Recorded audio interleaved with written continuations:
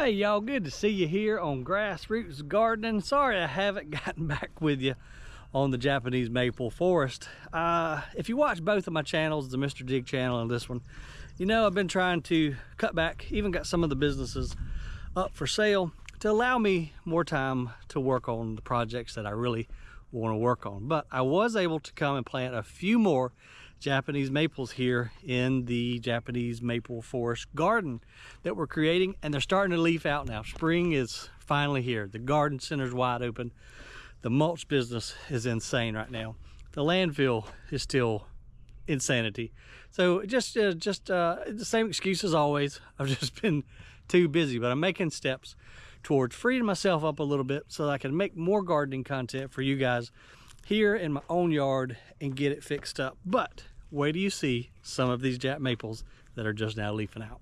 I don't know if I've seen a prettier leaf on a Japanese maple.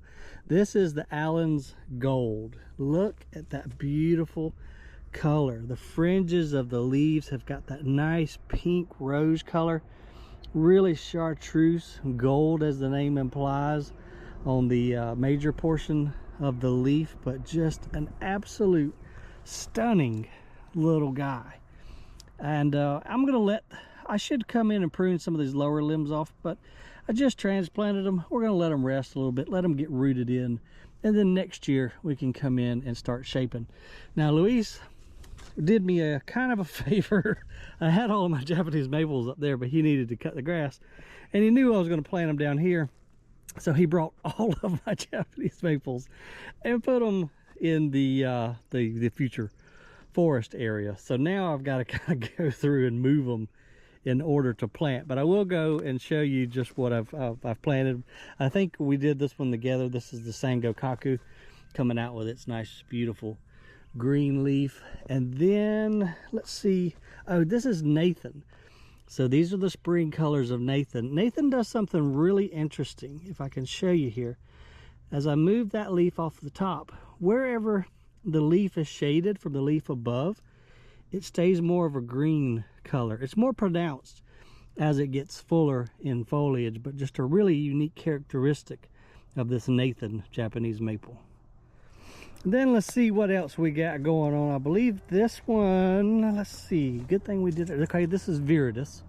So this is a beautiful weeping green leaf maple. It's already putting out its flowers. Brand new leaves just came out probably in the past 2 days. And so the flowers will hang down, hopefully get pollinated, and we can have some seeds to plant off of this Viridis right here on the edge of this bed. Still haven't figured out exactly the shape. Now I do know the limits that we can go of the forest. Ooh, look at this guy. Sorry, I get sidetracked easy. If y'all watched any of my videos, you know that about me by now. But this one, this is Orangiola. So this one has a really nice wine colored spring leaf coming out, but then it'll also in the fall time have a beautiful orange leaf, given the name. Some people call it Orangeola. I call it Orangiola, but has a nice beautiful orange color in the fall. And speaking of the edge or the limits of the Japanese maple, what's limiting me is, you know, we brought in this compost. If we were to dig down right here, the soil is much too wet to plant a Japanese maple. They would drown. They cannot take wet feet. So that's why I've used this little, if you can kind of see the line right there of where we brought the compost in, it'll be fine as long as those roots that are in the compost can breathe. And if it wants to, it can send its roots down into the more saturated, moist soil and should be just fine. This guy, this was a no-name that I planted last year. It's just now budding out. I might be able to remember what it is once it fully comes out, but I did plant this Crimson Queen right here on the edge of the border.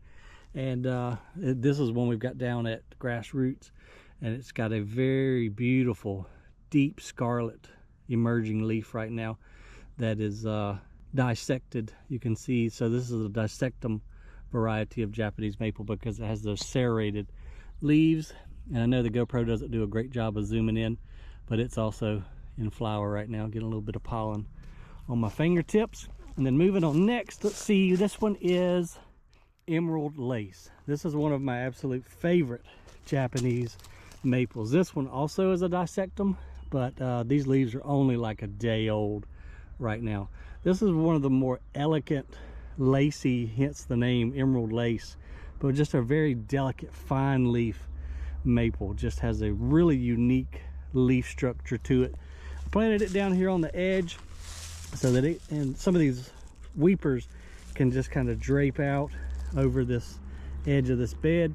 Then we've got some of our taller specimens planted, like this one right here. This won't get tremendously tall, but this is a variegated Japanese maple that's been around for quite some time, called Butterfly. One of my absolute favorite maples, but you can see the pink and then almost the white variegation in the leaves. It's in full flower right now too. Nice little dainty flowers hanging off of it, but it'll be a little bit taller. I planted it over here because it's going to get a lot of afternoon shade.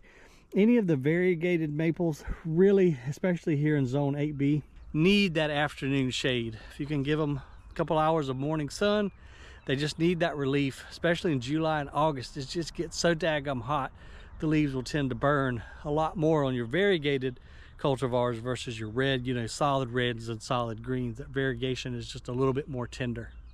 And then another cool one, let's see, I forget the name of this one too. Oh, this is Glowing Embers.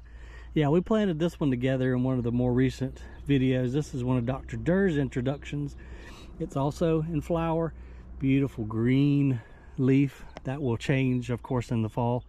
I can't remember exactly what this one does in the summer, if it transitions to the red in the summer or if it stays green. So we'll kind of have to watch this one together, you know, throughout the season. Fall time though, I know it turns into, as the name implies, it looks like glowing embers, the brightest red you've ever seen. All the more reason to subscribe if you hadn't already, and hit the notifications bell so that you can kind of follow along with us on the evolution of this Japanese garden. And I see another one that's going to be a showstopper too right here. Check out this Dragon Master. So I don't have a whole lot of experience with this one. I had this one for a few years, but my problem is I have so many, sometimes I forget exactly what they do. But I'm pretty sure this one stays kind of a lime green all the way up into the fall and then kind of goes into an orange. I can't say that with 100% because, again, I just simply don't have the brain memory capacity to remember each and every maple that I have and what it does. But that's why I like making these videos, because I can come back and look, and you guys can watch and learn with me as we garden and as we plant these beds and just watch them kind of evolve. It's just a very fun process, and it helps me to, again, just go back in the videos and say, okay, well, this one does this and vice versa. And let's see, over here, I think this is one of the last ones that I planted the other day. This is Manyo No Sato. This is another variegated maple, and it hasn't I mean, the leaves are they're just opening up today. These or yesterday maybe, just started unfurling. You can see there, it hasn't fully opened up yet. This is another variegated cultivar, but it has more of a purple variegation. So I tucked it over here underneath this oak to make sure that it gets some afternoon shade. But we still got our work cut out for us, guys.